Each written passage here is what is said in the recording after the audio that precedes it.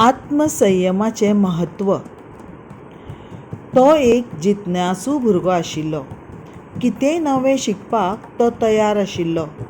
धनुश्यबाण तयार करपाक शिकलो। तारू तयार करप्या कडल्यान तारू, घर बांदप, बासरी तयार करप आदी ह्या प्रकारांत तो कुशळ जालो। पूण ताका गर्व जालो। तो आपल्या इश्टांक सांगतालो, म्हजे इतलो प्रतिभावंत आनीक कोणूच ह्या संवसारांत ना। एकदां बुद्ध त्या शारांत पावलो।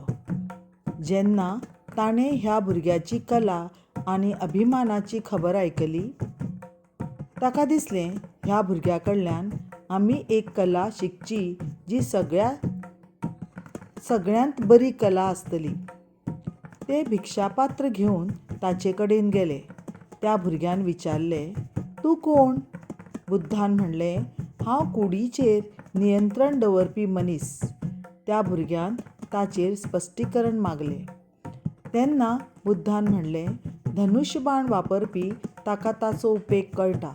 तारू चलयता घर बांदप्याक ताचें काम कळटा। पूण बुदवंत स्वताचेर नियंत्रण दवरता। त्या भुरग्यान विचारलें, तें कशें करूं येता? बुद्धान म्हणलें, कोणेय स्तुती केल्यार अभिमानान ताठ जायना जाल्यार आनी टिका केल्यार शांत रावता असो मनीस सदांच सुखी आसता। सगळ्यांत व्हडली कुशळटाय म्हळ्यार आत्मसंयम हें भुरग्याक कळटा।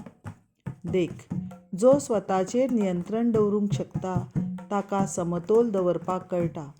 होच समतोल आमकां अनुकूल आनी प्रतिकूल परिस्थितींत खुशाल दवरता।